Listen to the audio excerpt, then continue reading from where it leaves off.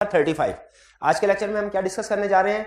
ISAE 3400 examination of prospective financial information को हम discuss कर रहे थे। कल के लेक्चर में हमने ये स्टैंडर्ड के कंसेप्ट डिस्कस किए थे। आज के लेक्चर में हम इसके पास्ट पेपर्स की क्वेश्चंस की प्रैक्टिस करेंगे। ठीक है, तो सबसे पहले हम चलते हैं समर 22 लेटेस्ट क्वेश्चन की तरफ। समर 22 में ये टॉपिक टेस्ट हुआ, इसका क्वेश्चन नंबर है 5। क्वेश्चन नंबर 5 सबसे पहले रिक्वायरमेंट की तरफ चलते हैं। रिक्वायर्ड में कह रहा है right N email to Sara in which you identify and evaluate the matters that should be considered before accepting the engagement to report on prospective financial information. सबसे पहले तो हमें प्रोस्पेक्टिव फाइनेंशियल इंफॉर्मेशन अंडरलाइन कर लेना चाहिए। इससे हमें पता चल गया कि स्टैंडर्ड कौन सा हमारा 3400। प्रोस्पेक्टिव फाइनेंशियल इंफॉर्मेशन को हम अंडरलाइन कर लेंगे। अच्छा, प्रोस्पेक्टिव फाइनेंशियल इंफॉर्मेशन में नॉर्मली किस तरह के क्वेश्चन करता है? 3 तरह के क्वेश्चन होते हैं, 3 तरह की रिक्वायरमेंट्स होती हैं स्टैंडर्ड में। या हमें वो एक्सेप्टेंस से रिलेटेड जो फैक्टर्स हैं उनको वैल्यूएट करने को कहता है, या हमें अजम्पशंस दे देता है यानी प्लान दे देता है क्लाइंट के और हमसे पूछता है बताओ आप इन अजम्पशंस को कैसे वेरीफाई करोगे, या वो हमसे रिपोर्ट इंप्लीकेशन पूछेगा। जब ये ओपन बुक एग्जाम नहीं होता था तो वो रिपोर्ट की ड्राफ्टिंग भी पूछता था, लेकिन जब से ओपन बुक है रिपोर्ट की ड्राफ्टिंग नहीं पूछ रहा, हाँ इंप्लीकेशन ऑन रिपोर्ट पूछ लेता है कि बताइए अगर अजम्पशन रीजनेबल नहीं है तो इंपैक्ट ऑन रिपोर्ट क्या होगा। ठीक है, अगर फर्ज कीजिए कि जी प्रोस्पेक्टिव फाइनेंशियल इंफॉर्मेशन उन एस्टिमेट्स के मुताबिक नहीं, अजम्पशंस के मुताबिक नहीं है, तो फिर इंपैक्ट ऑन रिपोर्ट क्या होगा। तो 3 तरह से क्वेश्चन पूछता है, एक्सेप्टेंस, प्रोसीजर्स और इंप्लीकेशन ऑन रिपोर्ट। तो इस क्वेश्चन में उसने बताइए कौन से कंसेप्ट को फोकस किया है? Right N email to Sara in which you identify and evaluate the matters that should be considered before accepting the engagement. तो इसका मतलब है हमने एग्जामिनेशन प्रोसीजर इस क्वेश्चन में नहीं लिखने। ये क्लियर हो गया? एग्जामिनेशन प्रोसीजर एक भी नहीं आएगा, एक्सेप्टेंस से रिलेटेड आएंगे। अच्छा मुझे बताइए प्रोस्पेक्टिव फाइनेंशियल इंफॉर्मेशन को एक्सेप्ट करने से पहले कौन से मैटर को कंसीडर करते हैं? पर्पस देखते हैं, यूजर्स देखते हैं, क्या हम डिस्ट्रीब्यूशन रिपोर्ट को रिसीव कर सकते हैं, और मजीद नेचर ऑफ अजम्पशन देखेंगे, कितनी जजमेंट्स उनमें इन्वॉल्व है। जितनी ज्यादा जजमेंट्स इन्वॉल्व होंगी उतना ही हमारा काम बढ़ जाता है, ऐसे है ना। और फिर ये भी देखेंगे कि अजम्पशंस बेस्ट एस्टिमेट है या हाइपोथेटिकल अजम्पशंस है। बेस्ट एस्टिमेट के केस में हमारी रिस्पांसिबिलिटी क्या होती है? एविडेंस ऑब्टेन करना है। और हाइपोथेटिकल अजम्पशंस के केस में हमारी रिस्पांसिबिलिटी क्या होती है? देखना है कि वो क्लियरली अनरियलिस्टिक ना हो, ठीक है, और पर्पस के लिहाज से कंसिस्टेंट हो। और कोई फैक्टर है एक्सेप्टेंस का? अगर कोई एक्सपर्ट वगैरह की इन्वॉल्वमेंट की जरूरत हो। अच्छा, यहां पे वो हमसे कह रहा है कि इस क्लाइंट की एक्सेप्टेंस से रिलेटेड मुझे बताइए। इसका मतलब है हमने सिर्फ इन फैक्टर्स को लिस्ट डाउन नहीं कर देना, बल्कि गिवन इंफॉर्मेशन के लिहाज से गिवन इंफॉर्मेशन को उसके रेलिवेंट पॉइंट्स में फिट करना है और ये बताना है कि इस गिवन इंफॉर्मेशन का हमारे एक्सेप्टेंस के किस फैक्टर्स पे इंपैक्ट होगा। ठीक है, यानी एक्सेप्टेंस के फैक्टर की सिर्फ हेडिंग नहीं, एक्सप्लेनेशन भी पूछ रहा है, और वो जो हमने एक्सप्लेनेशन देनी है वो with respect to this client information देंगे। क्लियर? अब होगा क्या कि मैं 1 बाय 1 ये सारी इंफॉर्मेशन जो उसने दिया है वो हम पढ़ेंगे। जैसे ही कोई नई इंफॉर्मेशन आएगी मैं आपसे पूछूंगा ये हमारे एक्सेप्टेंस के किस फैक्टर से रिलेट करती है और क्यों कंसीडर करनी चाहिए। यही पूछ रहा है ना, आइडेंटिफाई फैक्टर्स, मैटर्स आइडेंटिफाई करें और इवैल्यूएट करें। इवैल्यूएट करने का मतलब क्या है? गिवन इंफॉर्मेशन को सामने रखते हुए उसको एक्सप्लेन कीजिए गिवन इंफॉर्मेशन का उस फैक्टर पे क्या इंपैक्ट होगा। स्टार्ट करते हैं। उसने ईमेल की शक्ल में हमें ये क्वेश्चन दिया है और आंसर में भी एक्सपेक्ट कर रहा है हम ईमेल ही ड्राफ्ट करें, ऐसे ही है ना। ईमेल आंसर में ईमेल ड्राफ्टिंग का नहीं कर रहा, रिक्वायरमेंट में उसने ये नहीं कहा कि ईमेल ड्राफ्ट करें। अच्छा, कि सिर्फ कह रहा है रिस्पॉन्ड करें, नहीं कह तो रहा है ऐसे ना करें। राइट एन, अभी 1 नंबर हमारा हाथ से जाने लगा था। राइट एन ईमेल, इसका मतलब है बेहतर है कि हम इसी फॉर्मेट को फॉलो करें। एक नंबर इस फॉर्मेट का भी होगा। कह रहा है you are the manager in Saira Saeed and company chartered accountants the firm. आइंदा कह रहा है मैं इसको फर्म बोलूंगा। Saira has forwarded the following email received from fashion limited in which they have asked the firm to submit their proposal for the proposed engagement. अब ये email का फॉर्मेट ये सायरा को भेजी जुनैद शेख की तरफ से। जुनैद शेख कौन होगा? फैशन लिमिटेड का कोई सीईओ, सीएफओ, डायरेक्टर वगैरह होगा, कोई person. Subject audit of prospective financial information. ये तो मुझे सब्जेक्ट ही गलत लग रहा है। क्यों गलत लग रहा है? ऑडिट तो हम करते ही नहीं, रीजनेबल एश्योरेंस तो हम प्रोवाइड करते ही नहीं, हम तो सिर्फ 2 काम करते हैं। लिमिटेड एश्योरेंस प्रोवाइड करते हैं अजम्पशंस में, और फिर प्रोस्पेक्टिव फाइनेंशियल इंफॉर्मेशन पे ओपिनियन देते। ऑडिट ओपिनियन नहीं देते, ओपिनियन देते हैं, लेकिन वर्ड ओपिनियन नहीं होता। ओपिनियन किस चीज का देते हैं? कि वो रीजनेबल है, रीजनेबल बेसिस पे बनी है, बेस्ड ऑन एस्टिमेट्स। तो पहला तो हम ये फैक्टर डिस्कस कर सकते हैं कि क्लाइंट की एक्सपेक्टेशन गलत है, ऑडिट नहीं, हम इस पे reasonable assurance limited assurance provide करेंगे अजम्पशंस पे और प्रोस्पेक्टिव फाइनेंशियल इंफॉर्मेशन के ऊपर ओपिनियन देंगे। डेट 9 जून है सारा। Our company has witnessed a substantial growth in export sales of our textile products. Procedure नहीं बताना, फॉरेन ग्रोथ से एक्सपोर्ट से आपका जहन प्रोसीजर की तरफ शायद चला गया होगा, ठीक है, कि हमने देखना है foreign exchange, foreign currency translation की बात, हमने मार्केट रिसर्च की बात करनी है, रीजनेबलनेस ऑफ सेल प्राइस की बात, कोई ऐसी बात नहीं करनी। क्यों नहीं करनी? क्योंकि उसने हमें लिमिटेड कर दिया, सिर्फ एक्सेप्टेंस से रिलेटेड बताना है। Owing to this we have been planning। अच्छा, ये फैक्टर हमारे एक्सेप्टेंस से फैक्टर्स में है कोई रेलिवेंट इसकी कंसीडरेशन? हाँ, नॉलेज ऑफ बिजनेस ऑब्टेन करना होता है, हमने एक्सेप्टेंस में हमने ये देखा था, ठीक है। तो नॉलेज ऑफ बिजनेस में ये फैक्टर रेलिवेंट है कि हमारा क्लाइंट, ये जो क्लाइंट है एक्सपोर्ट्स में डील करता है। Owing to this we have been planning to increase our production capacity by 30% as there are many export orders which we have to turn down. Considering this we are planning to install an additional manufacturing plant within the existing factory premises. The only major expenditure in this respect is to procure and install the manufacturing plant. Procurement of manufacturing facility is expected to start immediately after sanctioning of loan and the plant would be operational in 12 months time. ठीक है, पहले question सारा पढ़ लेते हैं, फिर उसके बाद देखेंगे हमारे फैक्टर्स से रिलेटेड कौन कौन सी इंफॉर्मेशन उसने इस क्वेश्चन में दी है। In addition to the above we are also in a very advance stage of introducing smart clothing in partnership with a US company. Smart clothing contains a modern technology. For example, it will contain the features like mesh wiring woven into fabric which connects via Bluetooth to an iOS or Android smartphone. क्या कह रहा है इस paragraph में कि smart clothing की manufacturing की तरफ हम जा रहे हैं। वो शायद उसके जो बॉडी टेम्परेचर वगैरह या हार्ट बीट वगैरह, ब्लड प्रेशर वगैरह, वो इसकी मेजरमेंट भी इनकॉर्पोरेट करना चाहते होंगे, इस तरह के कोई टेक्नोलॉजी होगी। अब ये चूंकि टेक्नोलॉजी की बात कर रहा है, इसलिए इंडिकेशन हमें क्या मिल रही है कि शायद किसी एक्सपर्ट की इन्वॉल्वमेंट जरूरी होगी, आईटी एक्सपर्ट की। US company has more than 5 years of experience of manufacturing smart clothing. 30% of the capital would be provided by that company, whereas the rest would be raised through bank loans. We are expecting that this would be an instant success in the market as no such products are available in the Pakistani market. We are expecting that we would recoup our investment within a 5-year period. हाँ, वो period भी तो था acceptance में relevant.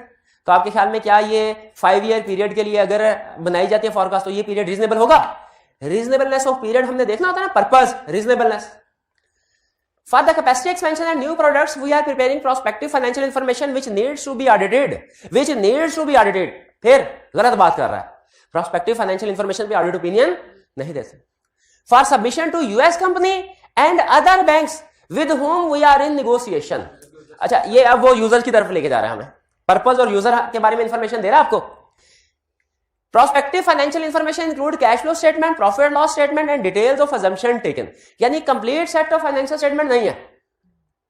Acceptance में ये भी हमने कंसीडर करना है ना कि हमने किस चीज के ऊपर हमने वेरिफिकेशन करनी है, रिपोर्ट देनी है। Cash flow for cost, profit loss, assumption. Prospective financial information for the capacity expansion is required for 3-year period. 3 साल के लिए required, and for the new product is required for the time until investment is recouped.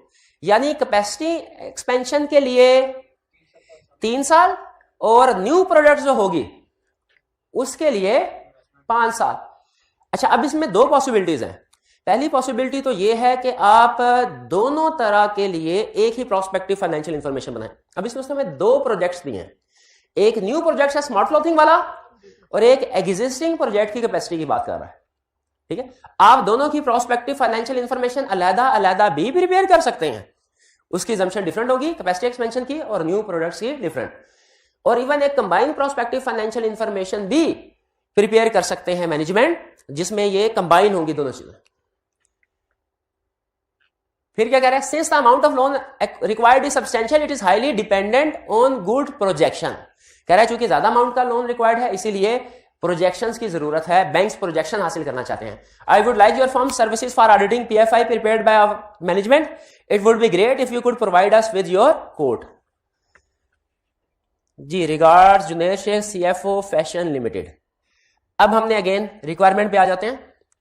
Matters identify करना है acceptance stage से related और इनको valuate करना है। सबसे पहला मैटर बताइए, एक्सेप्टेंस में क्या होता है? पर्पस। ठीक है, तो आप हेडिंग देंगे पर्पस ऑफ एंगेजमेंट की। मुझे बताइए क्वेश्चन के अंदर उसने कोई इंफॉर्मेशन दी है जो पर्पस को एक्सप्लेन कर रही हो? बिल्कुल। किस पर्पस के लिए? लोन के लिए। ठीक है, लोन हासिल करने के लिए। और एक और भी पर्पस है, क्या? यूएस कंपनी से फाइनेंसिंग भी अरेंज होगी। ठीक है, ये दो हमारे, तो इसका मतलब है हमारी जो अजम्पशंस होंगी इन पर्पस को सामने रखते हुए इसके साथ कंसिस्टेंट होगी। पर्पस आ गया। फिर दूसरी चीज यूजर। यूजर्स कौन कौन से? बैंक्स और यूएस कंपनी। अच्छा, यूएस कंपनी, ये यूजर्स को जानने का मकसद क्या होता है? ताकि हम डिस्ट्रीब्यूशन ऑफ रिपोर्ट को रिस्ट्रिक्ट कर सके। और आपको पता है डिस्ट्रीब्यूशन ऑफ रिपोर्ट को रिस्ट्रिक्ट करने का मतलब है हमने अपनी रिस्पॉन्सिबिलिटी को रिस्ट्रिक्ट कर दिया, क्योंकि जिनको रिपोर्ट रिस्ट्रिक्ट करते हैं हम उन्हीं को रिस्पॉन्सिबल है, बाकी और किसी पर्सन को रिस्पॉन्सिबल नहीं होते। यहां पे यूएस कंपनी को तो हम रिस्ट्रिक्ट कर दें। क्या बैंक्स का नाम उसने बताया? तो हमें इसका मतलब है पूछना पड़ेगा। बेहतर यह है स्पेसिफिकली बाय नेम हम रिस्ट्रिक्ट करें रिपोर्ट को। ठीक है जी, पर्पस आ गया, दो चीजें हमने उसमें बता दी। यूजर्स आ गए, दो तरह के यूजर उसमें बता दिए हमने। और बैंक्स में हमने उनको बता दिया कि हम कोशिश करेंगे कि बाय नेम स्पेसिफिकली रिपोर्ट को रिस्ट्रिक्ट करें। स्पेसिफाई करें बैंक्स नेम्स जिनके साथ नेगोशिएशन चल रही है। और इसके अलावा क्या एक्सेप्टेंस से रिलेटेड मैटर था? Period covered by prospective financial information. क्या आपके ख्याल में, अच्छा अब इसमें एज्यूम कर लेते, क्या एज्यूम करें? एक ही दोनों तरह के प्रोजेक्ट्स हैं, दो प्रोजेक्ट्स हैं, एक ही प्रोस्पेक्टिव फाइनेंशियल इंफॉर्मेशन या अलग-अलग, दोनों हो सकते हैं, दोनों ठीक है, एक ही बनाते हैं तो बेसिकली वो 5 साल के लिए बनेगी। अगर दो प्रोस्पेक्टिव फाइनेंशियल इंफॉर्मेशन बनती है तो एक 3 साल के लिए और एक 5 साल के लिए। अच्छा मुझे बताइए अगर एक 3 और एक 5 साल के लिए बनती है, दोनों में फर्क क्या होगा? दोनों प्रोस्पेक्टिव फाइनेंशियल इंफॉर्मेशन में क्या फर्क होगा? कंसेप्चुअल क्वेश्चन नहीं। जो एग्जिस्टिंग कैपेसिटी को एनहेंस करने वाली प्रोस्पेक्टिव फाइनेंशियल इंफॉर्मेशन है, जो इसकी अजम्पशंस होंगी वो बेस्ट एस्टिमेट अजम्पशंस होगी। और जो new product clothing, smart clothing को मैन्युफैक्चर करने वाला प्रोजेक्ट है, उसकी prospective financial information hypothetical assumptions पे बेस कर रही होगी। और दोनों में आपको पता है नेचर ऑफ प्रोसीजर का फिर फर्क होता है। ठीक है, लेकिन कंबाइन भी कर सकते हैं। क्या कल आपको ये बताया था कि एक प्रोस्पेक्टिव फाइनेंशियल इंफॉर्मेशन के अंदर दोनों तरह की अजम्पशंस भी हो सकती हैं। तो दूसरा हमने पीरियड की बात कर ली और ये डिसाइड कर लिया कि combine prospective financial information prepare करेंगे या सेपरेट करेंगे। एक्सेप्टेंस से पहले और किन चीजों को कंसीडर करना चाहिए? एक्सपर्ट की इन्वॉल्वमेंट, क्योंकि इसमें टेक्नोलॉजी इन्वॉल्व है तो मोस्ट प्रोबेबली हमें किसी एक्सपर्ट को भी एंगेज करने की जरूरत पड़ेगी।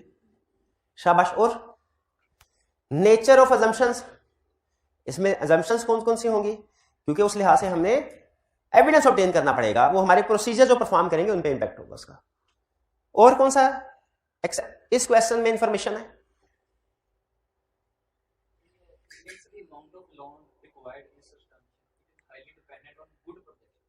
जी हाँ, इसमें हमें ज्यादा स्केप्टिसिज्म होना, ये जो बात बता रहा है ये भी हमारी एक्सेप्टेंस से रिलेटेड एलिमेंट होगी कि अमाउंट ऑफ लोन जो है ना ये डिपेंड करती है गुड प्रोजेक्शन पे। यानी जो बैंक लोन प्रोवाइड कर रहे हैं हम एक्सपेक्ट कर रहे होंगे कि प्रोजेक्शन अच्छी है तो हम लोन देंगे, वरना लोन नहीं देंगे। तो मैनेजमेंट बायस हो सकती है प्रोजेक्शंस को, फॉरकास्ट, प्रोस्पेक्टिव फाइनेंशियल इंफॉर्मेशन को प्रिपेयर करने में। ठीक है, तो हमें इवैल्यूएट करना पड़ेगा मैनेजमेंट की कॉम्पिटेंस कितनी है, एक्सपीरियंस कितना है, जजमेंट कितनी है प्रोस्पेक्टिव फाइनेंशियल इंफॉर्मेशन बनाने में। जी और कोई इंफॉर्मेशन जो रेलिवेंट है? अच्छा एक चीज और ध्यान में रखिएगा, जरूरी नहीं है, ये तो कंफर्म है कि जो एक्सेप्टेंस के फैक्टर स्टैंडर्ड ने हमें बताए हैं वो हेडिंग्स देके उनसे रिलेटेड फैक्टर्स तो लाजमी डिस्कस करेंगे। लेकिन अगर उनके अलावा कोई फैक्टर आपको क्वेश्चन में नजर आ रहा हो जो एक्सेप्टेंस डिसीजन को अफेक्ट कर सकता है, आप उसको भी लिख देंगे। ठीक है जी। और इसमें जैसे स्टैंडर्ड में ये बात उसने नहीं लिखी हुई कि अगर जो पर्पस है आपका वो डिपेंड इंटायरली डिपेंडेंट हो इस प्रोजेक्शन के ऊपर, अगर प्रोजेक्शन अच्छी है तो फिर आपका प्रोजेक्ट आगे चलेगा, वरना नहीं चलेगा। नहीं बताया उसने स्पेसिफिकली स्टैंडर्ड ने, लेकिन हमें अपनी प्रोफेशनल जजमेंट से, स्केप्टिसिज्म से अंदाजा हो गया कि इस चीज को सामने रखते हुए मैनेजमेंट की पूरी कोशिश होगी कि फेवरेबल अजम्पशंस जो हैं वो लेके चले। जी और कोई इसमें पॉइंट ऐसा जो आप समझते हो कि एक्सेप्टेंस के लिए रेलिवेंट है? अंडरस्टैंडिंग ऑफ बिजनेस, हाँ जी बिल्कुल, इसकी बिजनेस के नेचर को अंडरस्टैंड करेंगे हम।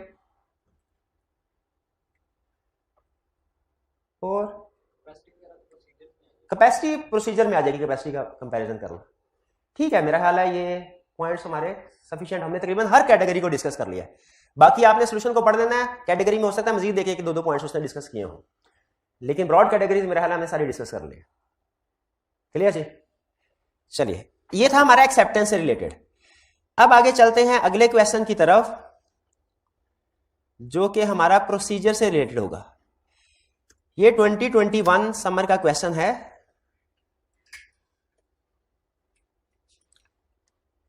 क्वेश्चन 5, सबसे पहले requirement, discuss the key examination procedure that your firm would perform in respect of the above information, also discuss reporting implication if any. Reporting implication, क्या हमने रिपोर्ट को रीड्राफ्ट करना है? नहीं, सिर्फ इंपैक्ट ऑफ रिपोर्ट बताना है कि अगर assumption रीजनेबल है तो क्या करेंगे, प्रोस्पेक्टिव फाइनेंशियल इंफॉर्मेशन कंसिस्टेंट है या नहीं है, तो हमारा टाइप ऑफ ओपिनियन क्या होगा जी। अब क्या इस रिक्वायरमेंट को पढ़ने से आपको इंडिकेशन मिल रही है कि किस स्टैंडर्ड का क्वेश्चन है? नहीं मिल रही, ठीक है। लेकिन एग्जामिनेशन का वर्ड जो है ना वो अहम है। एग्जामिनेशन प्रोसीजर, ये टर्म 3400 में यूज हुई है, वरना आपको पता है वो कहता है ऑडिट प्रोसीजर बताइए, रिव्यू प्रोसीजर बताइए। ऑडिट एंगेजमेंट में ऑडिट प्रोसीजर की बात करेगा, रिव्यू एंगेजमेंट में रिव्यू प्रोसीजर की बात करेगा। यहां पे वो कि एग्जामिनेशन प्रोसीजर्स की बात कर रहा है।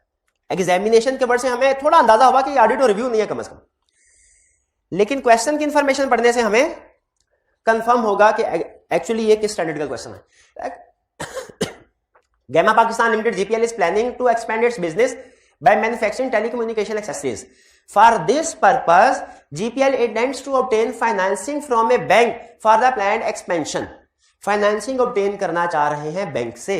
To meet the bank's requirements, GPL has prepared a 5 years cash flow forecast based on management's estimates.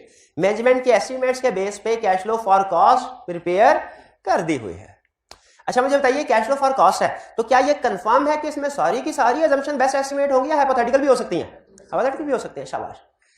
GPL has requested your firm to review the forecast and furnish a report their own. GPL ने आपको बता दिया है कि ये forecast है, review करें और रिपोर्ट दीजिए। अच्छा, यहां से हमें किस लफ्ज से पता चला कि ये कौन से स्टैंडर्ड का क्वेश्चन है? फोरकास्ट, ठीक है, फोरकास्ट के लफ्ज है, रिव्यू द फोरकास्ट। अब यहां पे उसने आके following information available to you in respect of the forecast, उसने आपको सारे फैक्टर्स पॉइंट्स बता दिए। हमारी अप्रोच क्या होगी इस क्वेश्चन को सॉल्व करने की? सबसे पहले हमने जो भी उसने फैक्टर्स दिए हुए हैं उनसे रिलेटेड एग्जामिनेशन प्रोसीजर बताने हैं, ठीक है। 2-3 प्रोसीजर हम हर एक फैक्टर्स के बारे में बताते जाएंगे। अगर एंड पे हमारे मार्क्स पूरे हो गए, जस्टिफाइड हो गए प्रोसीजर सारे, तो ठीक, और अगर नहीं हुए तो फिर क्या करना हमने? जनरल प्रोसीजर भी बताएंगे। जनरल प्रोसीजर, एग्जामिनेशन प्रोसीजर आपको याद है? शाबाश, जल्दी से बताइए। जनरल एग्जामिनेशन प्रोसीजर में कोई सा प्रोसीजर? हाँ, जनरल एनालिटिकल रिव्यू करना प्रीवियस डाटा से रिलेटेड, और रिप्रेजेंटेशन ऑब्टेन करना, अंडरस्टैंडिंग ऑब्टेन करना, पॉलिसीज कंसिस्टेंट होनी चाहिए, शाबाश, ठीक है। तो यहां पे पहले हम स्पेसिफिक की तरफ चलेंगे। GPL has secured agreement with 2 mobile phone manufacturers under which it would be able to sell 30% of its production capacity. The mobile phone manufacturers would pay to GPL after selling the accessories to the wholesalers. जी, agreement किया 2 mobile phone manufacturers के साथ और उनको 30% of. अच्छा, ये याद रखिएगा, जो GPL है जिसका रिव्यू कर रहे हैं, ये मोबाइल मैन्युफैक्चर नहीं कर रहे हैं, एक्सेसरीज मैन्युफैक्चर कर रहे हैं, ठीक है। जो चार्जर वगैरह, केबल वगैरह ये प्रोवाइड करेंगे इनको, ठीक है। 30% कैपेसिटी जो है वो इन्हीं को सेल की जाएगी। अब ये मुझे बताइए, एग्जिस्टिंग कैपेसिटी के मुताबिक ही चलेगी GPL या कि इसकी जो एग्जिस्टिंग सेल्स है वो वॉल्यूम बढ़ेगा? वॉल्यूम बढ़ेगा, क्योंकि ये नए एग्रीमेंट, एग्जिस्टिंग नहीं है, न्यू एग्रीमेंट्स है कैपेसिटी। तो सबसे पहले आप क्या देखेंगे? सबसे पहले तो हमें एग्रीमेंट्स को देख लेना चाहिए, ठीक है। इसकी टर्म्स एंड कंडीशन क्या होगी? किस प्राइस पे प्रोडक्ट बेची जाएगी? ये जो एक्सेसरीज सेल करेंगे किस प्राइस पे, ये हमें कॉन्ट्रैक्ट से पता चलेगा। 30% कैपेसिटी को मीट कर सकते हैं कि नहीं, ये कैसे पता चलेगा? प्रोडक्शन को, प्रोडक्शन प्लान को कैपेसिटी के साथ कंपेयर करके कि 30% कैपेसिटी को बढ़ा भी सकते हैं कि नहीं। नया प्लांट तो नहीं बाय करना पड़ेगा। प्राइस, रेवेन्यू को वेरीफाई करते हुए इस एग्रीमेंट से प्राइस आपको मिल जाएगी जो एग्री की गई एक्सेसरीज की, वो कंपेयर कर लेंगे, रीजनेबल है। और फिर इस पॉइंट में और कौन सा स्पेसिफिक प्रोसीजर है? The mobile phone manufacturer would pay to GPL after selling accessory to the wholesalers. अब यहां पे क्लियरली उसने ये नहीं बताया कि मैं 1 महीने के बाद पेमेंट होगी सेल के 2 महीने के बाद पेमेंट होगी। अगर क्लियरली बताया होता 1 महीने 2 महीने के बाद पेमेंट होगी, तो हम ये देखते हैं कि जो कैश फ्लो फॉर कॉस्ट बनाई गई है वो उसी क्रेडिट पीरियड, क्रेडिट पॉलिसी के मुताबिक बनाई गई। यहां पे नोट कीजिए, ये नहीं बताया। तो फिर हम क्या कैसे देखेंगे कि जो कैश फ्लो फॉर कॉस्ट है वो रीजनेबल है कि नहीं? जी, उस कंपनी का, जो मोबाइल मैन्युफैक्चरिंग कंपनी है, उसका कलेक्शन पीरियड देखेंगे कि वो जब जो would pay to jail after selling the excessive के सेल करने के कितने अरसे के बाद वो कमिट कर रही है कि हमारे वाले क्लाइंट को वो पेमेंट कर देंगे। ठीक है, तो इस एग्रीमेंट में हमें ये 2-3 प्रोसीजर मिल गए। कौन कौन सा प्रोसीजर मिल गया? एक क्वांटिटी के साथ, पहले तो एग्रीमेंट देख लिया हमने, एग्रीमेंट असल में हुआ भी कि नहीं, फिर क्वांटिटी को कैपेसिटी के साथ कंपेयर कर लिया, प्राइस की रीजनेबलनेस देख ली, और कलेक्शन के बारे में उनसे पूछ लिया कि नॉर्मली कितने अरसे के बाद वो कंपनी के पास, हमारे क्लाइंट के पास क्या एविडेंस है कि कितने अरसे बाद कलेक्शन होगी, और वो एविडेंस रीजनेबल है कि नहीं। Second, telecommunication accessories would be sold to mobile phone manufacturer with 1 year warranty. Question ये है कि क्या एग्जिस्टिंग प्रोडक्ट्स पे जीपीएल वारंटी प्रोवाइड कर रही है कि नहीं। दो पॉसिबिलिटी है, क्वेश्चन में उसने क्लियर नहीं किया। फर्ज कीजिए अगर क्वेश्चन में कहता है कि एग्जिस्टिंग प्रोडक्ट्स पे भी वारंटी प्रोवाइड की जा रही है, फिर आप क्या करते हैं? फिर आप वारंटी का एक्सपेंस रिकॉर्ड हो रहा होता है ना, उसकी रीजनेबलनेस कैसे चेक करते हैं? क्लाइंट ने अगले 5 साल की वारंटी रिकॉर्ड किया है, कैसे? पहला, सेल के साथ अलाइनमेंट है कि नहीं उसके। दूसरा, वो हिस्टोरिकल जो उसका परसेंटेज है वो हिस्टोरिकल ट्रेंड के साथ मैच करता है कि नहीं। तीसरा, उसका कॉस्ट का ब्रेकअप लेके देखते हैं कि वो रीजनेबल है कि नहीं। ये हमने 2-3 चीज।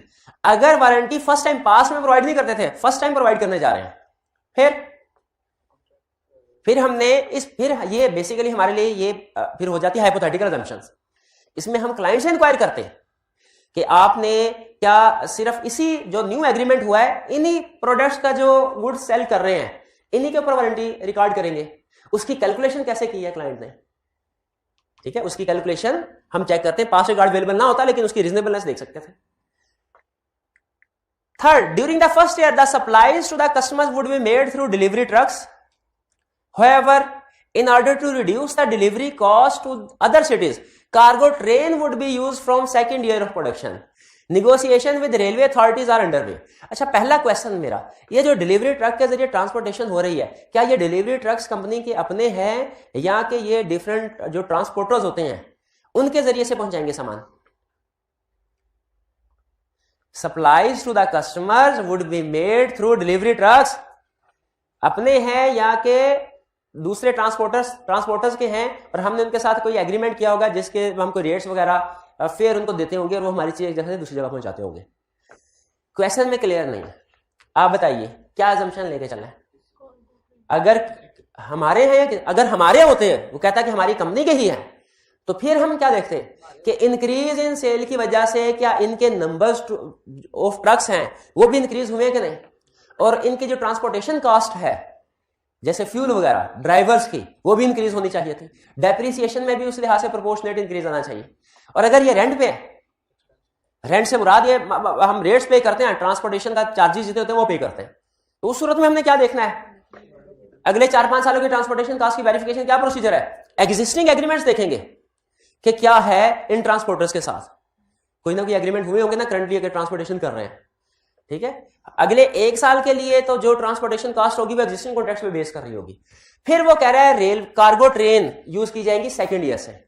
सेकंड ईयर से हम इवेल्युएट करेंगे कि जो ट्रेन यूज की जाएंगी उनका फेयर क्या है, जिसकी बेस पे कॉस्ट की रिकॉर्डिंग की गई है ट्रांसपोर्टेशन कॉस्ट की। क्या रेलवे ट्रेन के साथ कोई करंटली निगोशिएशन या एग्रीमेंट हुआ है या हो रहा है? अगर तो एग्रीमेंट हो गया है, उस पर चार्जेस लिखे होंगे, वो स्टडी करके उनके लिहाज से कैलकुलेशन कर लेंगे एक्सपेंसेस की रीजनेबल है कि नहीं। और अगर एग्रीमेंट अभी फॉर्मल नहीं हुआ तो निगोशिएशन किस लेवल पे है रेलवे वालों के साथ, क्या वो विलिंग है इसको, इस सर्विस को प्रोवाइड करने के लिए? अगर वो इस सर्विस को प्रोवाइड करने के लिए विलिंग नहीं, तो फिर इसका मतलब ये अजम्पशन रीजनेबल नहीं है, ठीक है। अच्छा, अगर फर्ज कीजिए, वैसे तो किसी एंड पे हमने एक ही दफा बता देंगे कि इंप्लीकेशन रिपोर्ट किया है, लेकिन फर्ज कीजिए यहां पे मैं आपसे पूछता हूं, अगर आप ये ट्रेन जो रेलवे कंपनी है इनके साथ निगोशिएशन देखते हैं, आपको एक लेटर मिलता है जिसमें उन्होंने बताया कि जी हम आपको ये सर्विस प्रोवाइड नहीं कर सकेंगे, जिन सिटीज में आपके कस्टमर है वहां पे हमारी ट्रेन सर्विस नहीं है, ज्यादातर सिटीज में। तो इसका मतलब क्या हुआ? अजम्पशंस रीजनेबल नहीं है। अजम्पशन रीजनेबल नहीं है तो हमारा इंपैक्ट ऑन रिपोर्ट क्या होगा?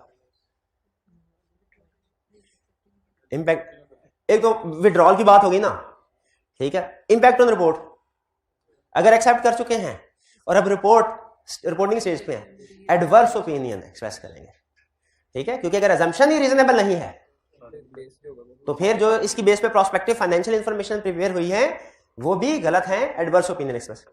भाई यहां पे क्लियर हो गया। पहली अजम्पशन कौन सी थी? 30% कैपेसिटी का सेल करने की, इसके प्रोसीजर पढ़ लिए एग्जामिनेशन। दूसरी अजम्पशन वारंटी की थी, इसके एग्जामिनेशन प्रोसीजर कवर कर लिए। तीसरी अजम्पशन ट्रांसपोर्टेशन कॉस्ट के हवाले से थी। फर्स्ट ईयर का ट्रांसपोर्टेशन मोड डिफरेंट था, सेकंड ईयर से ट्रांसपोर्टेशन मोड डिफरेंट है। दोनों सालों की ट्रांसपोर्टेशन कॉस्ट को कैसे हमने वेरीफाई करना है वो एग्जामिनेशन प्रोसीजर पढ़ लिए। आगे चलते हैं। Fourth, royalty would be paid to a foreign company for acquiring the right to manufacture certain accessories. Royalty की वेरिफिकेशन कैसे होगी? स्टेप नंबर 1 क्या करें? रॉयल्टी एग्रीमेंट रीड कर लें। स्टेप नंबर 2, रॉयल्टी की कैलकुलेशन को चेक करना है। क्या, कैसे चेक करेंगे रीजनेबलनेस? रेट हमें मिल गया एग्रीमेंट से, क्या नंबर ऑफ यूनिट सोल्ड पे बेस कर रही है या नंबर ऑफ यूनिट प्रोड्यूस पे? और हर साल जैसे जैसे नंबर ऑफ यूनिट सोल्ड और प्रोड्यूस इंक्रीज हो रही हैं या उनमें चेंज आ रहा है, रॉयल्टी में भी प्रोपोर्शनलिटी चेंज आना चाहिए। एक चीज और, ये तो हो गया रिकॉर्डिंग के हवाले से। पेमेंट रॉयल्टी की कब हो रही है और कैसे हो रही है?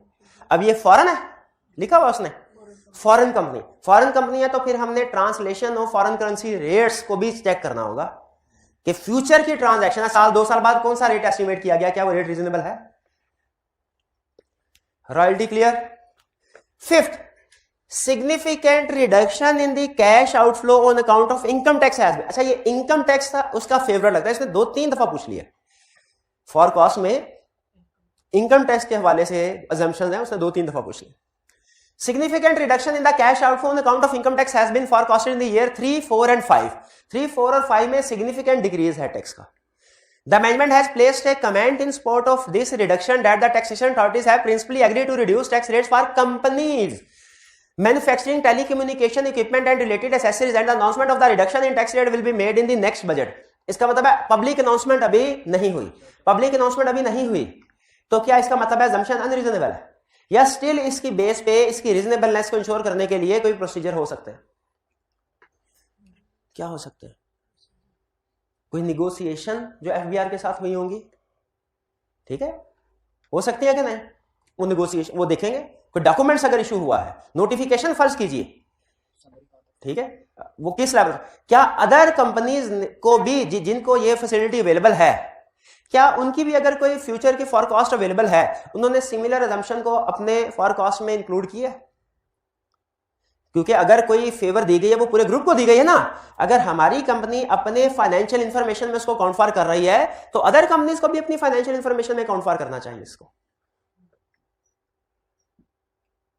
ठीक है। ये टैक्स रेट के हवाले से बात हो गई। अच्छा, इसके बाद क्या मजीद कोई ऐसे इस पूरे क्वेश्चन में ऐसी इंफॉर्मेशन है जिसके ऊपर कमेंट करना चाहिए एग्जामिनेशन प्रोसीजर के हवाले से? फाइनेंसिंग के हवाले से, फाइनेंसिंग की बात की है उसने कि क्या फाइनेंसिंग चाहिए? सबसे पहले उसने लोन की बात की थी, तो उस लोन की रीपेमेंट, उसकी इंटरेस्ट कॉस्ट, उसकी रीजनेबलनेस, ठीक है, क्या लोन एग्रीमेंट अगर फाइनल हो गया, अगर प्रोबेबली फाइनल नहीं हुआ लेकिन उसकी निगोशिएशन क्या होगी, एक्सपेक्टेड रेट क्या होगा। अब देखिए, हालांकि अभी लोन मिला नहीं है लेकिन क्या प्रोस्पेक्टिव फाइनेंशियल इंफॉर्मेशन में लोन की रीपेमेंट और उस इंटरेस्ट की रीपेमेंट शामिल होनी चाहिए कि नहीं? होनी चाहिए। क्यों होनी चाहिए? हालांकि अभी लोन तो रिसीव नहीं हुआ।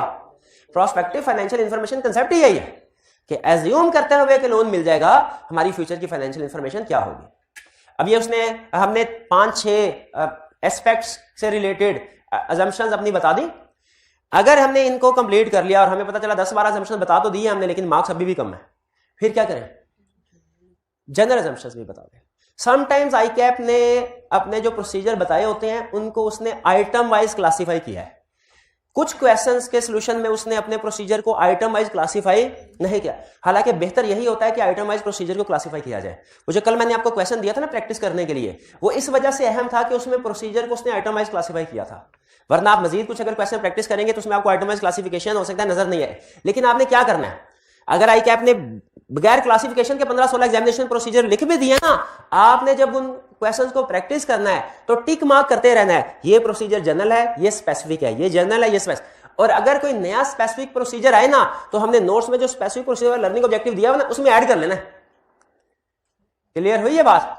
अगर कोई नया कंपोनेंट आ जाता है आपके सामने प्रोस्पेक्टिव फाइनेंशियल इंफॉर्मेशन का, या एग्जिस्टिंग कंपोनेंट का कोई नया प्रोसीजर आ जाता है किसी सॉल्यूशन में, तो आपने क्या करना है?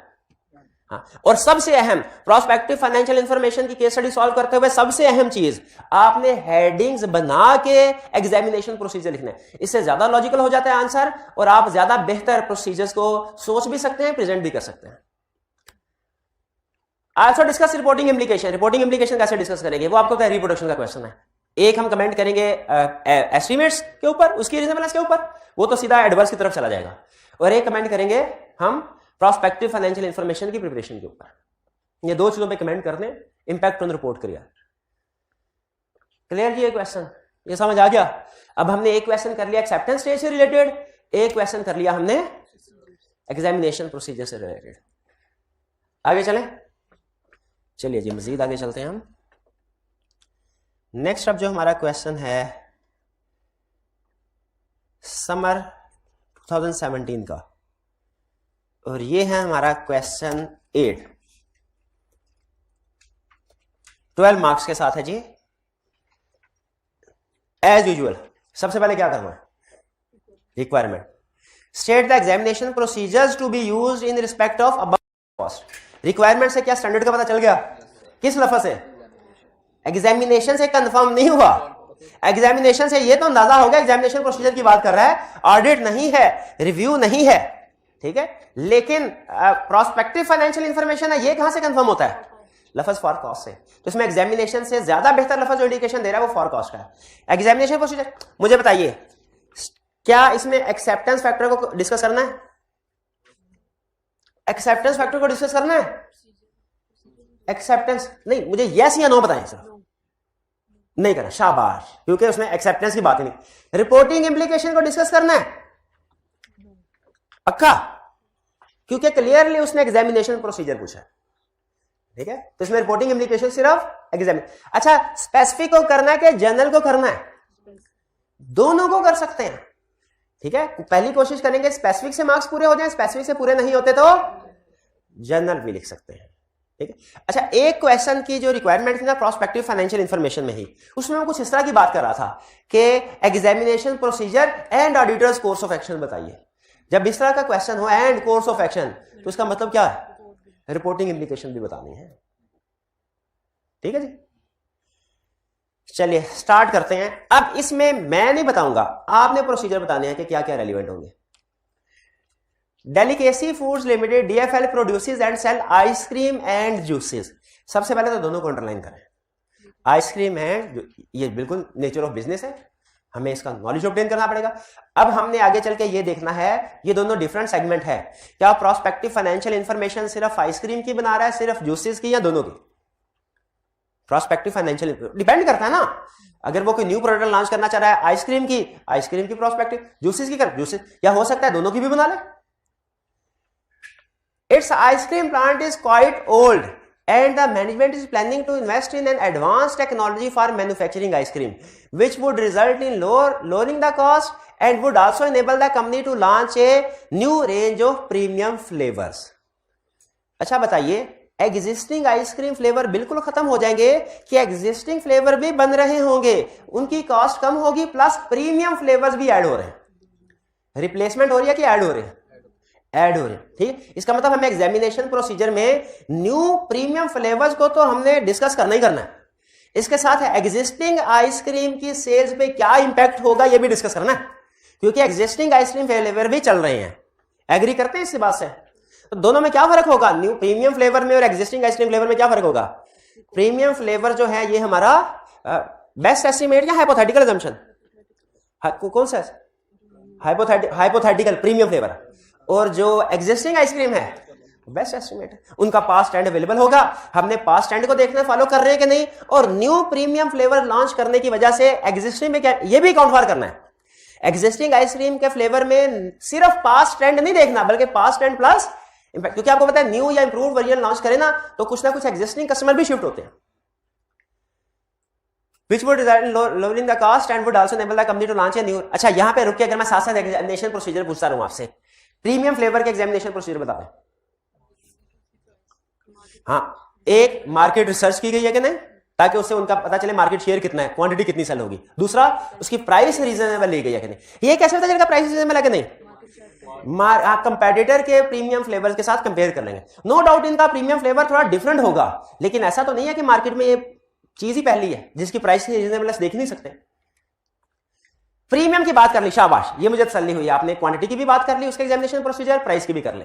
एग्जिस्टिंग के लिए historical sales growth plus impact of new launch, ठीक है, और रीजनेबलनेस ऑफ प्राइस, ये कैसे देखेंगे? ये प्रीवियस, हाँ हमारे पास प्रीवियस प्राइस अवेलेबल है, किस प्राइस पे सेल किया जा रहा है, तो उससे उसको सामने रखते हुए हम देखेंगे फ्यूचर ईयर्स की प्राइस रीजनेबल है कि नहीं। उसमें कुछ ना कुछ इन्फ्लेशन का इंपैक्ट भी आता है। अच्छा, एक और चीज है जिसके ऊपर हम कमेंट कर सकते हैं, वो क्या? वो डिमांड ठीक है, प्रीमियम की वजह से रेगुलर की डिमांड कम, वो हो गया। इसके अलावा इस लाइन तक हाँ जी, कॉस्ट कम हो रही है। New machinery, advance technology use करने की वजह से एग्जिस्टिंग की कॉस्ट कम हो रही है। इसमें क्या एग्जामिनेशन प्रोसीजर होंगे? रीजनेबल बेसिस पूछेंगे, मैनेजमेंट से इन्वेस्टिगेट करेंगे कि क्या कॉस्ट कम करने की बेसिस रीजनेबल है, किस बेस पे कॉस्ट का ब्रेकअप ऑब्टेन कर लेंगे, और हर कंपोनेंट के ऊपर न्यू टेक्नोलॉजी की वजह से क्या इंपैक्ट आ रहा है। और प्लस न्यू इक्विपमेंट की कैपेसिटी को, ये तो हमारा एक कॉमन पॉइंट बन जाता है, न्यू इक्विपमेंट की कैपेसिटी को जो फ्यूचर्स की प्रोडक्शन और सेल है उसके साथ कंपेयर करके देखेंगे। वो कैपेसिटी से नीचे, प्रोडक्शन या जो सेल है वो कैपेसिटी से कम ही होनी चाहिए ना। DFL has sufficient cash to fund. अच्छा, इस लाइन में ना यहां तक हमने 3 चीजों के ऊपर एग्जामिनेशन प्रोसीजर बता दिए, न्यू प्रोडक्ट, एग्जिस्टिंग प्रोडक्ट और cost. DFL has sufficient cash to fund 50% of the necessary capital expenditure and has approached its bank for a loan of rupees 400 million to finance the remaining amount। इस line में अब कौन कौन से elements को आप discuss कर सकते हैं एग्जामिनेशन प्रोसीजर? पहला, लोन। लोन में क्या देखेंगे? बैंक के साथ एग्रीमेंट हुआ है, अगर वो प्रोबेबली एग्रीमेंट अभी नहीं हुआ तो जो निगोशिएशन चल रही है वो किस स्टेज पे है, कितना प्रोबेबल है कि लोन मिल जाएगा। फिर कैश फ्लो फॉर कॉस्ट के अंदर उस ओरिजिनल की पेमेंट, लोन ओरिजिनल जो आउटस्टैंडिंग लोन है उसकी रीपेमेंट, इंस्टॉलमेंट की, प्रिंसिपल की प्लस इंटरेस्ट की कैलकुलेशन रीजनेबल रेट पे है कि नहीं। अगर तो एग्रीमेंट हो चुका होता है हम कहते हैं एग्रीड रेट के ऊपर इंटरेस्ट की रीजनेबलनेस देखेंगे फ्यूचर ईयर्स में। एग्रीमेंट नहीं हुआ तो फिर हम जो मोस्ट प्रोबेबल रेट जिस पे एग्रीमेंट हो सकता है उसकी रीजनेबलनेस देखेंगे। एक लोन हो गया, लोन और इंटरेस्ट, और 50% कैश अवेलेबल है कि नहीं है, ठीक है, शाबाश। एक अहम चीज आप स्किप कर रहे हैं, अगर वो आपने पिक नहीं की ना तो इसका मतलब एग्जामिनेशन प्रोसीजर आप फॉर कॉस्ट को समझ नहीं पाया। इस लाइन में एक और अहम एलिमेंट जिससे रिलेटेड एग्जामिनेशन प्रोसीजर परफॉर्म करने हैं, बैंक लोन की बात तो आपने कर दिया, इंटरेस्ट भी कर दिया।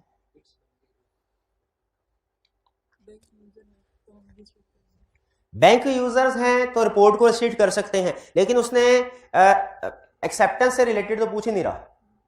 इंपैक्ट ऑन रिपोर्ट पूछा उसने, वो भी नहीं पूछा, ये ले तो रिपोर्ट स्टेशन की बात इररिलेवेंट हो गई।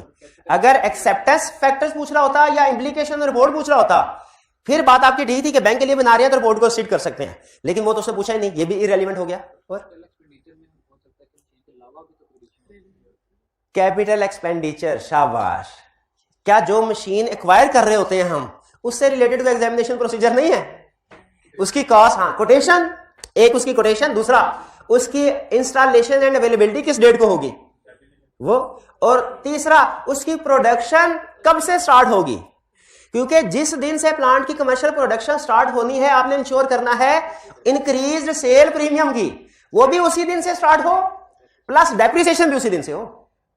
तो इसमें जो अहम पॉइंट आपने स्किप करने जा रहे थे, ठीक है, जो एक ने आइडेंटिफाई कर लिया, बाकी पता नहीं वो कौन सा था, कैपिटल एक्सपेंडिचर से रिलेटेड जो आप इक्विपमेंट बाय करने जा रहे हैं, ये वाला पॉइंट भी मेरा ख्याल है लोन का एसेट बाय करने का, ये भी her for prospective financial information के एग्जामिनेशन प्रोसीजर में कॉमन होता है अक्सर। भाई यहां तक क्लियर? तो हमने किन किन एलिमेंट्स के एग्जामिनेशन प्रोसीजर डिस्कस कर लिए हैं? Cost, premium, new product, cost of existing product, new product, loan, capital expenditure. 4 areas हो गए।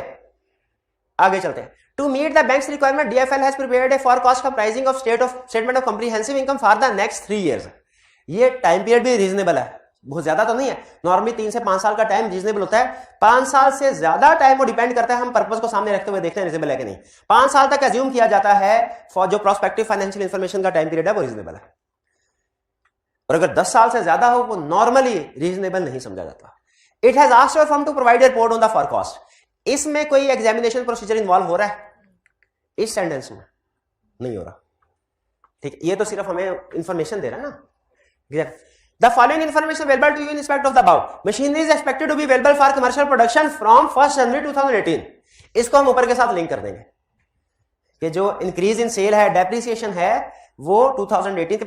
अच्छा, मुझे याद आ गया, इसका एक और जगह पे भी इंपैक्ट आएगा इस इंफॉर्मेशन का, रिपेयर एक्सपेंस के ऊपर। शाबाश, रिपेयर एक्सपेंस भी डिक्रीज होगा क्योंकि पुरानी मशीनरी चली गई ना। बल्कि एक और बात याद आ गई, हाँ, डिस्पोजल। मुंह से निकल गया था वरना शायद आप पिक ना कर पाते। डिस्पोजल का देखेंगे क्या उसका गेन या लॉस रीजनेबल रिकॉर्ड हुआ है। रिपेयर एक्सपेंस अकॉर्डिंगली रिड्यूस हो जाना चाहिए। अच्छा, अब हम ये नहीं लिखेंगे कि कितने % से रिड्यूस होना चाहिए, हम लिखेंगे मैनेजमेंट के जो रिडक्शन इन एक्सपेंसेस हैं, जो मैनेजमेंट एक्सपेक्ट कर रही है, उसकी रीजनेबलनेस को देखेंगे। DFL expecting decrease in production cost by 20%। ये ऊपर हमने बात कर लिया, उसने नीचे उसको स्पेसिफाई कर दिया 20%। And plans to sell off the premium flavour at 30% above the price of regular flavour. इसकी प्राइस की भी आपने बात कर ली कि कंपैरेटर की प्राइस के साथ कंपेयर करेंगे। तो बेसिकली ये इंफॉर्मेशन हमारे ऑलरेडी जो हमने आइडेंटिफाई कर दिया इशू, उनको फर्दर एक्सप्लेन करें। Operating expenses mainly include staff cost, depreciation, repair and maintenance. ये बताने का मकसद उसका क्या है, ताकि आप इन तीनों टाइप ऑफ एक्सपेंसेस पे स्पेसिफिकली कमेंट करें। स्टाफ कॉस्ट की रीजनेबलनेस कैसे देखेंगे? क्या इंक्रीज इन जो सेल्स है या लॉन्च ऑफ न्यू प्रोडक्ट है, इसकी वजह से स्टाफ कॉस्ट में रीजनेबल इंक्रीज आना चाहिए। एनुअल इंक्रीमेंट की वजह से रीजनेबल इंक्रीज आना चाहिए। डेप्रिसिएशन का इंपैक्ट होना चाहिए because of new machinery and sale of old machinery. New machinery की रीजनेबलनेस एस्टिमेट डेप्रिसिएशन ऐड होना चाहिए और ओल्ड मशीनरी का लेस हो जाना चाहिए। ये बजरी में भी इसी तरह करते थे ना, वो बात का तो एडजस्टमेंट दिया करता था कि पुराना फिक्स एसेट बेच दिया, नया एक्वायर कर लिया, तो हम एस्टिमेट्स को रिवाइज किया करते थे।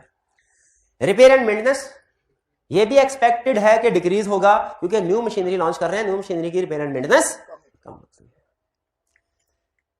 State the examination procedure. एक चीज इसमें रह गई, जो स्टूडेंट बताएगा उसको 50 रुपए इनाम। एक एलिमेंट ऐसा रह गया है जिसके एग्जामिनेशन प्रोसीजर हमें डिस्कस करने चाहिए। मैं किस लाइन में? शाबाश, 49 रुपए मेरे हैं, फिर बताऊंगा किस लाइन में। बताइए। चलिए अभी नमाज के लिए ब्रेक करते हैं, सोचने का आपको टाइम मिल रहा है। नमाज के बाद जल्दी आ जाए तो आप सोच लीजिएगा, फिर उसके बाद मैं आपको बताऊंगा। जी, सोल्यूशन नहीं देखना, सोल्यूशन देखेंगे तो प्रोबेबली पता भी नहीं चलेगा आपको, क्योंकि वो दरमियान में उसने कहीं घुमा के एक प्रोसीजर दिया हुआ है। ठीक है, चलिए जी पॉज कीजिए जी। तो बताइए कौन सा प्रोस्पेक्टिव फाइनेंशियल इंफॉर्मेशन का एलिमेंट मिस कर गया आप? हाँ जी, शाबाश, यूसिस वाला। तो क्या प्रोसीजर इसमें बताएंगे? शाबाश, ये आप दोनों ने बताया, याद आदा कर लें। ये ले, शाबाश शाबाश। तो हाँ इसी वजह से प्राइस आ गया, बिल्कुल कैप की क्लास स्टार्ट हो गई है। तो इसमें जूस से रिलेटेड एलिमेंट, क्योंकि देखें हमने ये स्टडी किया था कि अकाउंटिंग पॉलिसीज कंसिस्टेंट होनी चाहिए एप्लीकेबल फाइनेंशियल रिपोर्टिंग फ्रेमवर्क के साथ। तो एप्लीकेबल फाइनेंशियल रिपोर्टिंग फ्रेमवर्क में क्या दोनों सेगमेंट्स रिपोर्ट नहीं हो रहे होंगे? तो यहां पे भी दोनों सेगमेंट्स को रिपोर्ट होना चाहिए। ठीक है, लिख के रखा, शाबाश। चले आप भी क्लास के बाद ले लीजिएगा प्राइस। नेक्स्ट हमारा क्वेश्चन है जो आपको होम असाइनमेंट के तौर पे दिया था।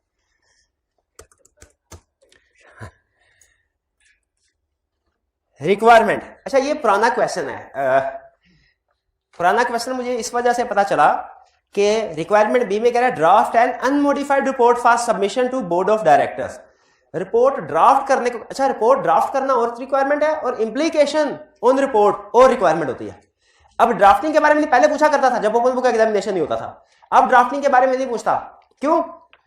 खोल के देख के छापा मारने, अब वो इम्प्लीकेशन ऑन रिपोर्ट पूछ लेता है। तो इसलिए हम बी को इग्नोर कर देंगे, ए रिक्वायरमेंट के ऊपर फोकस करेंगे। 16 मार्क्स के साथ कह रहा है outline the key procedure that your firm should undertake in order to provide report on the cash flow for cost. Requirement में किस लफ्ज से पता चला हमें कौन सा टॉपिक है? फॉर कॉस्ट से।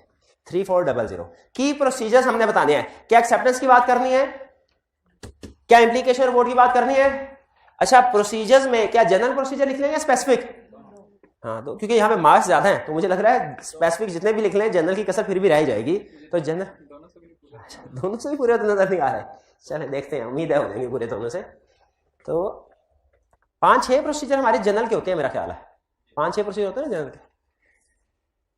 Sigma Pakistan private limited SPPL manufactures telecommunication access, ये तो वही क्वेश्चन। अच्छा ये वो दूसरा था, है भाई, ये भी टेलीकॉम एक्सेसरीज ही बना रहा है। The management of SPPL is negotiating with one of its competitors to acquire a factory at an estimated purchase price of ₹350 million.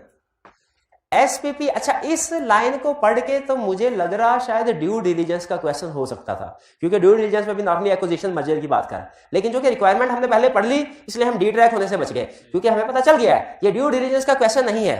कौन सा क्वेश्चन है? Examination of prospective financial. SPPL intends to obtain financing from a venture capital company for the proposed acquisition. Financing obtain करना चाह रहे हैं इस acquisition के लिए। Your firm Gamand Company has been approached by SPPL to provide a report on the following cash flow for cost which would be provided to VCC। अच्छा ये पहला क्वेश्चन ऐसा हमारे सामने आया है जिसमें उसने फॉर कॉस्ट ही हमारे सामने रख दिया, वरना इससे पहले वो सिर्फ अजम्पशंस हमारे सामने रखता था। तो हमने क्या करना है, अब ये इस प्रोस्पेक्टिव फाइनेंशियल इंफॉर्मेशन है, इस फॉर कॉस्ट की भी अजम्पशन तो कोई ना कोई होंगी ना, और वो अजम्पशन अगर आप देखें तो नीचे जितने भी सिग्निफिकेंट हैं मैटर्स वो उसने नीचे उनकी अजम्पशंस दी हुई हैं। जितने भी सिग्निफिकेंट लाइन आइटम्स हैं उन सब की अजम्पशंस नीचे हम दी हुई है। हमने सिर्फ ये देखना है उस अजम्पशन के साथ कंसिस्टेंट है कि नहीं, उसके मुताबिक रीजनेबल बेसिस पे प्रिपेयर होने कि नहीं। सबसे पहले इनफ्लोज और आउटफ्लो। अच्छा सिर्फ कैश फ्लो फॉर कॉस्ट पे रिपोर्ट देनी है हमने, नहीं prospective financial information complete set पे नहीं होता, क्या सिंगल में भी हो सकता है, ठीक है सिंगल फाइनेंस, लेकिन उसमें अजम्पशंस लाजमी होंगी, ठीक है अजम्पशंस के बगैर तो कोई फॉर कॉस्ट नहीं बन सकते। क्वार्टर एंडिंग, अच्छा एक जगह पे स्टैंडर्ड ये भी डिस्कस करता है क्या जो पीरियड रिपोर्ट कर रहे हैं वो सिर्फ एनुअल हो सकता है, हाफ ईयरली भी हो सकता है, हाफ ईयरली सेट बना के आप प्रोस्पेक्टिव फाइनेंशियल इंफॉर्मेशन रिपोर्ट करें, या क्वार्टरली भी हो सकता है। ये हमारे ऑपरेटिंग साइकिल पे डिपेंड करता है। अगर किसी कंपनी का ऑपरेटिंग साइकिल 3 मंथ्स का है ना तो वो नॉर्मली 3 मंथ्स के लिहाज से प्रोस्पेक्टिव फाइनेंशियल इंफॉर्मेशन प्रिपेयर करेगी।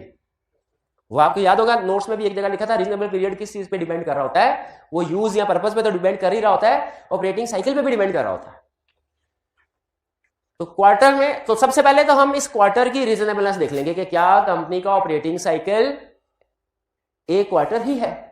अगर एक क्वार्टर ही है तो फिर ये रिपोर्टिंग ठीक है, वरना हमें इसको भी हो सकता है चेंज करना पड़े। तो एक प्रोसीजर तो हमारे पास आ गया, कौन सा?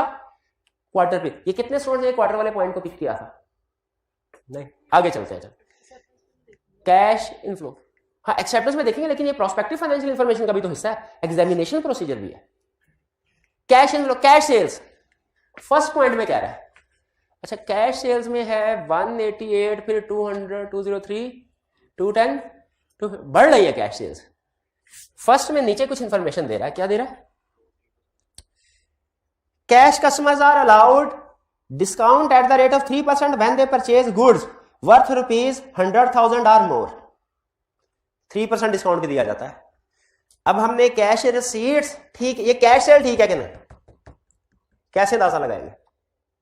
सबसे पहले तो आपको कैश और क्रेडिट के ब्रेकअप से पहले यह देखना चाहिए टोटल सेल्स कंसिस्टेंट है कि नहीं हिस्टोरिकल ग्रोथ से, ठीक है हिस्टोरिकल ग्रोथ के साथ कंसिस्टेंट है कि नहीं। पहले तो टोटल सेल्स को देख लें, फिर उसके बाद ब्रेकअप की वैल्यूएशन कर लेंगे कि टोटल सेल्स का कितने % कैश सेल्स होता है और कितने % क्रेडिट सेल होता है।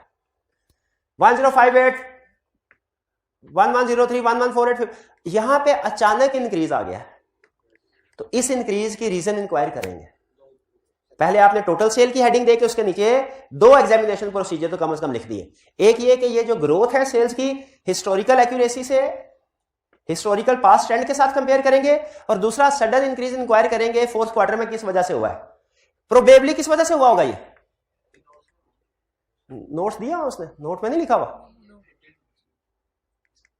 ये प्रोबेबली किस वजह से होगा 1500, ये 1500 एक्विजिशन के बाद हुआ होगा ना, एक्विजिशन के बाद ग्रोथ आनी नहीं है। आपके पास 249 है तो इसको 1249 है, नीचे तो 1500 है ना, मैं तो नीचे का एनालिसिस कर रहा हूं। तो अगर नोट्स में 249 है तो उसको 1249 कर लें, टाइपिंग एरर बात हो जाता है उससे।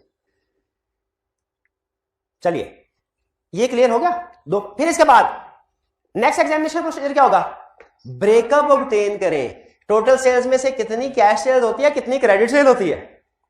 फिर उसके बाद फर्दर कैश सेल्स में से देखें कि क्या इतना डिस्काउंट पास्ट रीजनेबल है, और क्रेडिट सेल में देखें कलेक्शन पॉलिसी क्या है। क्रेडिट सेल शायद उसने नीचे बताया हुआ है, हाँ, तो हम ये देखेंगे क्या क्रेडिट सेल्स और इस payment policy 60% of amount billed is collected within 1 month, 25% by end of second month and 30% by end of the third month.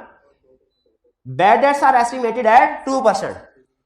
तो नेक्स्ट एग्जामिनेशन हमारी क्या होगी, क्या जो कलेक्शंस हैं वो इस पॉलिसी और बैड डेट्स के मुताबिक है, और ये बैड डेट क्या रीजनेबल एस्टिमेट है। सिर्फ कैलकुलेशन नहीं कर लेनी कि 3% बैड डेट्स का इंपैक्ट आया हो, इस 3% को भी देखना है रीजनेबल है कि नहीं। कितना है 2%, 2% को भी देखना है ये रीजनेबल है कि नहीं। क्लियर। तो सेल्स की एग्जामिनेशन में हमने पहले टोटल सेल की एग्जामिनेशन की, उसके 2 प्रोसीजर, फिर उसका ब्रेकअप देखा रीजनेबल है, पास्ट में भी क्या इसी तरह क्या इतनी ही क्रेडिट सेल और कैश सेल्स होती है।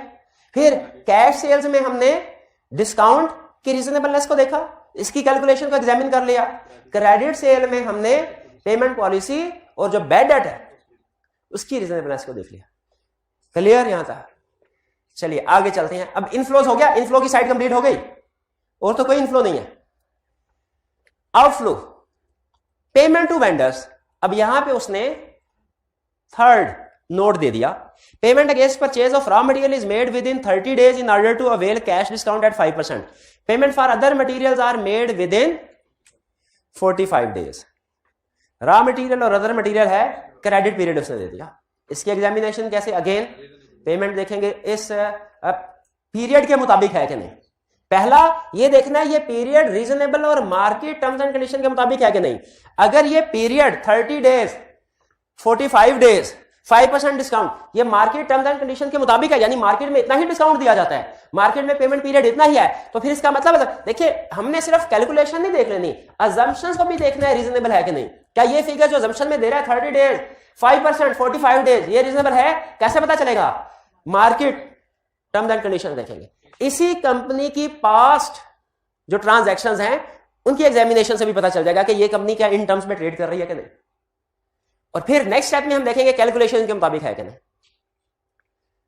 क्लियर। ये पेमेंट सैलरीज, ये तो मुझे बैठे बैठाए बगैर एग्जामिनेशन के पता चल गया ये गलत है। क्यों बढ़ ही नहीं रही, हाँ सेम ईयर की, लेकिन क्या सेल्स में ग्रोथ नहीं हो रहा, उसके लिए मजीद स्टाफ। तो हम इंक्वायरी, मैं ये नहीं कह रहा कि आप क्लियरली कह दें कि गलत है, मैं अपना रिस्क बता रहा हूं कि मुझे लग रहा है कि रिस्क इसमें ज्यादा है, क्योंकि सैलरीज में किसी किस्म का कोई इंक्रीमेंट, ना एनुअल इंक्रीमेंट शो हो रहा है और ना ही इसमें सेल्स इंक्रीज होने की वजह से लेबर फोर्स अगर इंक्रीज होगी उसका इंपैक्ट आ रहा है।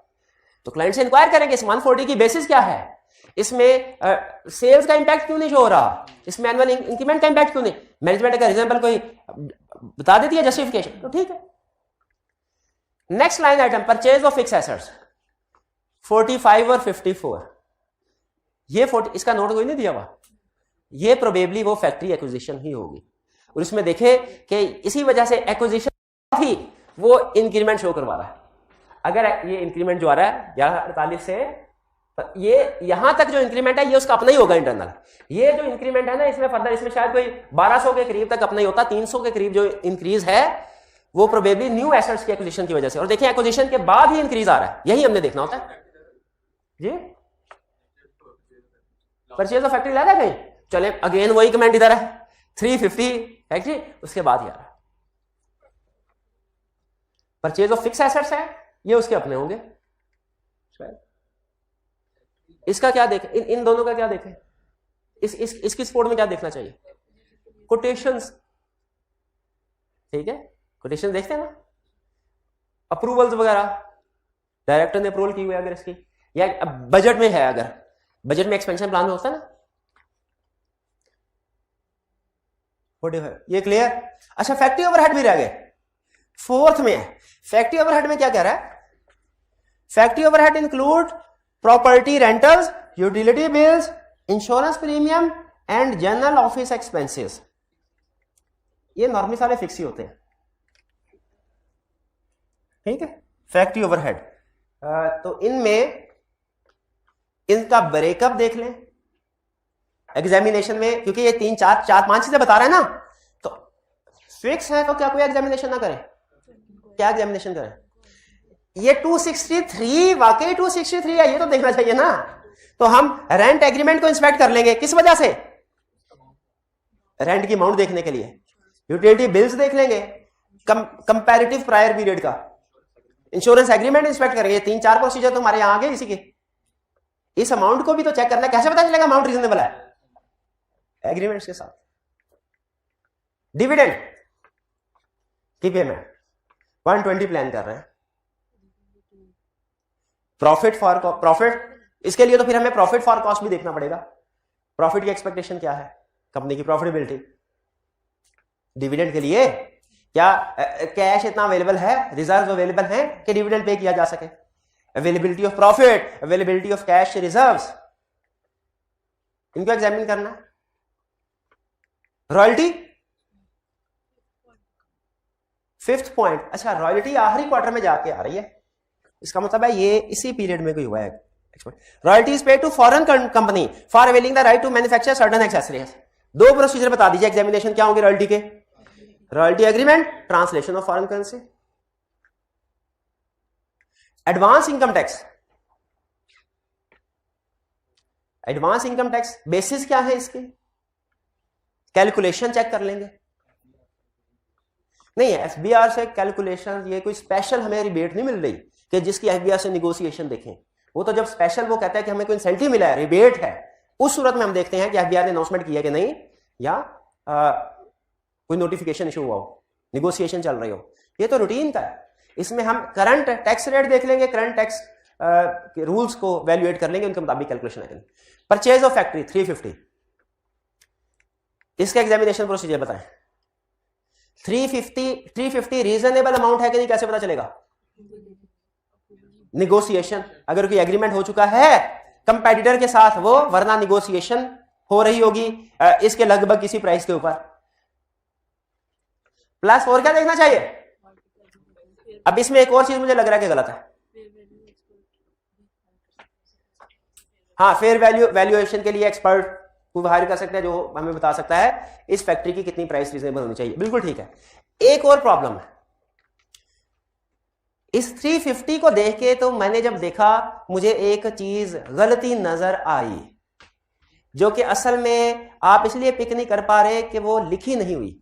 देखिए आपके जो ये वही जूस वाली एग्जांपल आ जाएगी कि वो चीजें जो आपको फॉर कॉस्ट में नजर आ रही है उनकी वेरिफिकेशन के प्रोसीजर, एग्जामिनेशन प्रोसीजर तो आप बता देते हैं, लेकिन जो नहीं नजर आ रही हो लेकिन होनी चाहिए उसके प्रोसीजर नहीं बता रहे आप। फिर से 50 रन, फिर से 50 रन। फैक्ट्री की रिपोर्टिंग अलग, बाकी की अलग नहीं।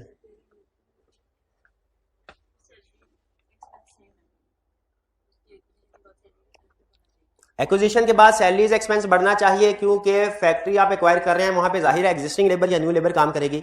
बिल्कुल ठीक पॉइंट है, लेकिन ये हम उधर डिस्कस कर चुके हैं। आप उसको मिला दें इस पॉइंट को, ये बिल्कुल वैलिड पॉइंट है। ना बताया ना तो मैं आपसे 50 रुपए निकलवा लूंगा। हाँ जी, इसके लिए फाइनेंसिंग, क्या फाइनेंसिंग के ऊपर बात नहीं कर रहा,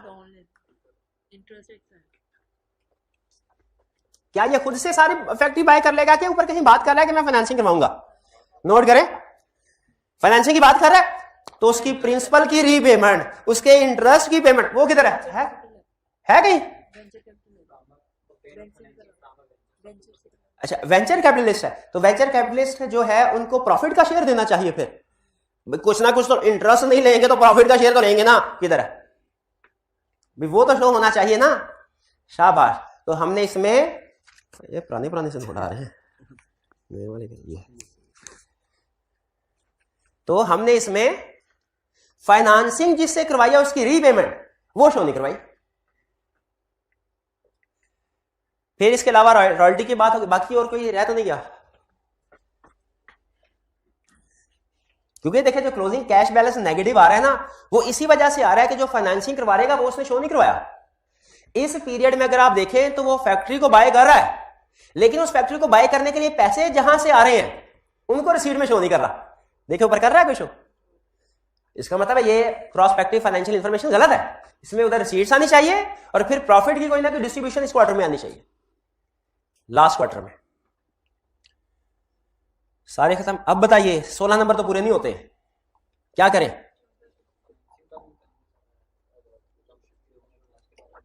फाइनेंसिंग का भी बताएंगे, उसमें प्रपोज्ड एग्रीमेंट है या जिन टर्म्स एंड कंडीशन पे नॉर्मली वो वेंचर कैपिटलिस्ट इन्वेस्टमेंट करता है उन टर्म्स एंड कंडीशन का एनालिसिस कर लेंगे। बाकी जनरल पॉइंट आ जाएंगे, रिटन रिप्रेजेंटेशन है, नॉलेज ऑफ द बिजनेस है, वगैरह वगैरह। क्लियर? ये अब कुछ अंदाजा हुआ आपको कि आपने किस तरीके से एग्जामिनेशन प्रोसीजर परफॉर्म करना है। इनमें सबसे अहम चीज है वो ये कि आपने जो हिस्टोरिकल फाइनेंशियल स्टेटमेंट की वेरिफिकेशन के प्रोसीजर है उसको उससे अलग रखना है। यानी ये प्रोसीजर बताते हुए जहन में रखिएगा कि आप वो अमाउंट्स वेरीफाई कर रहे हैं जो अभी एक्चुअली अकर हुई नहीं है, फ्यूचर में अकर होंगी। ठीक है, फ्यूचर में अकर होंगी। इस चीज को जहन में रखते हुए आपने प्रोसीजर्स को बताना है। ऑडिट प्रोसीजर में ये डॉक्यूमेंट इंस्पेक्ट कर ले, ये कर ले, क्योंकि हर चीज अवेलेबल होती है ऑन द स्पॉट। इसमें हर चीज ऑन द स्पॉट अवेलेबल नहीं होगी। जी कोई और क्वेश्चन? कोई क्वेश्चन पूछना चाहते हो? नहीं? चलिए फिर मेरा ख्याल इतने क्वेश्चन काफी है, एक आधा कोई और डिस्कस कर लें। काफी? चलिए ठीक है। अच्छा फिर अगेन मैं आपकी तवज्जो उसी टिप की तरफ दिलवाना चाह रहा हूं जो मैंने नोट्स में लिखी थी कि इस चैप्टर में की टू सक्सेस क्या है? ज्यादा से ज्यादा आपने क्वेश्चंस की प्रैक्टिस करनी है और क्वेश्चंस को प्रैक्टिस करने के बाद उनके सजेस्टेड सॉल्यूशन को पढ़ें और अपने नोट्स को अपडेट करते जाएं। मैंने अपनी तरफ से जितने मैक्सिमम प्रोसीजर आइडेंटिफाई हो सकते थे अपनी तरफ से तो कर दिया, लेकिन फिर भी कुछ ना कुछ नए प्रोसीजर हैं, क्योंकि मैंने कोशिश की थी वो उन आइटम्स की लिस्ट आपके सामने प्रेजेंट करूं जो नॉर्मली हर क्वेश्चन में फ्रीक्वेंटली अपीयर हो रहे होते हैं, लेकिन हर क्वेश्चन में कोई ना कोई स्पेसिफिक आइटम, लाइन आइटम्स भी आ जाती हैं जिनके एग्जामिनेशन प्रोसीजर आपने बताने हैं। तो अगर कोई ऐसा प्रोसीजर आए तो आपने क्या करना है, उसको अपने नोट्स में इंक्लूड कर देना है। क्लियर जी? अच्छा रिपोर्ट में, तो आपने रिपोर्ट में डिफरेंस ढूंढा है? हाँ, एक पैराग्राफ जो प्रोजेक्शन वाला है उसमें उसने ऐड किया हुआ है, उसमें बेसिकली कमेंट्री कर रहा है, अपने रीडर्स को, यूजर्स को अलर्ट कर रहा है कि एक तो वैसे ही चाहे प्रोस्पेक्टिव फाइनेंशियल इंफॉर्मेशन कोई सी भी हो वो फ्यूचर पे बेस कर रही होती है, उसका अकर होना कंफर्म नहीं होता। ठीक है, एक तो अलर्ट वैसे यूजर को कर देता है, प्रोजेक्शन में खास तौर पे वो ये बता रहा होता है कि हाइपोथेटिकल अजम्पशंस हैं, इसलिए ये not necessarily expected to occur. ठीक है, ये लाजमी नहीं कि ये अकर हो।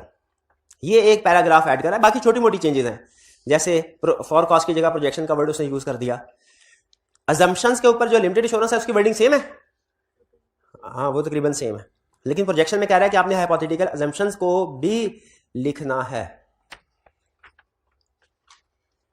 ठीक है, state or refer to the hypothetical assumptions, जबकि फॉर कॉस्ट में अजम्पशंस को नहीं लिखा जाता। ये अजम्पशंस जो होती है ये हमारी नॉर्मली रिपोर्ट का हिस्सा बनती है कि प्रोस्पेक्टिव फाइनेंशियल इंफॉर्मेशन का, प्रोस्पेक्टिव फाइनेंशियल इंफॉर्मेशन का, इसलिए कह रहा है अगर आप उनको यहां पे रेफर कर दें तो वो भी ठीक है, अगर आप उनको अजम्पशंस को हाइपोथेटिकल वाली अजम्पशन को इंक्लूड करना चाहें तो वो भी कर सकते हैं।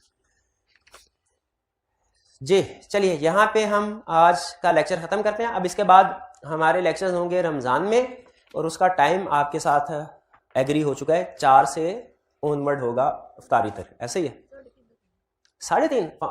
चले पहली क्लास 4 बजे रखते हैं, फिर देखते हैं उसमें कितने स्टूडेंट्स को किस वक्त छुट्टी मिलती है, उस लिहाज से टाइम को डिसाइड कर लेंगे। आज का लेक्चर यहाँ पे खत्म करते हैं। अल्लाह हाफिज।